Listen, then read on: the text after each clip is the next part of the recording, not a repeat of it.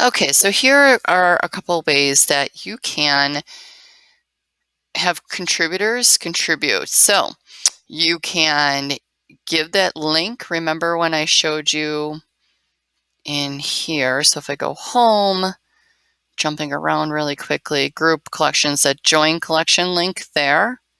That's where you would add that link to join the collection. So let me go back in here, the contributors, sorry, and you can send it via name or email, so on and so forth, and you can manage the contributors to this space as well. Or you can share the link. You can copy and share this link now, and that is where other individuals, and look at all that social media and Teams and Classroom aspects where you can share this collection. Okay, so let's say you want to share your Wakelet, other teachers, so on and so forth. They don't necessarily need a Wakelet account. So what you would do is go into contributors. If you copy this code, anybody with access can join and create that Wakelet. So let me open another incognito window and show you what that looks like. So if I press Control V, copy that, paste that, copy that, paste that link. And now you can let other contributors know who you are by adding your name below. I'm just going to say, my name is AJ, add.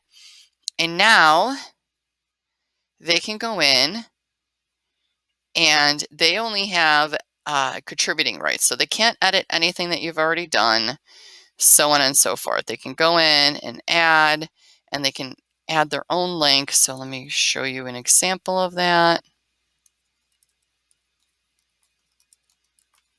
And contribute to your board. Again, they're going to have to publish and exit. It doesn't save it automatically. So there you go. So once you add and once they click publish and exit, they're completely out and done. They would have to go back to that URL and contribute once more.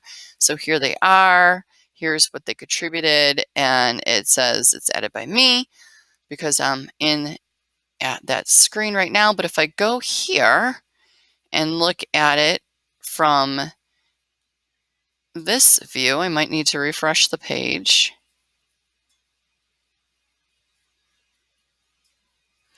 I now see that it was added by AJ, and it gives me the date. So this is a great way to be able to share and create resources with one another, and you don't necessarily need a Wakelet account. So when you're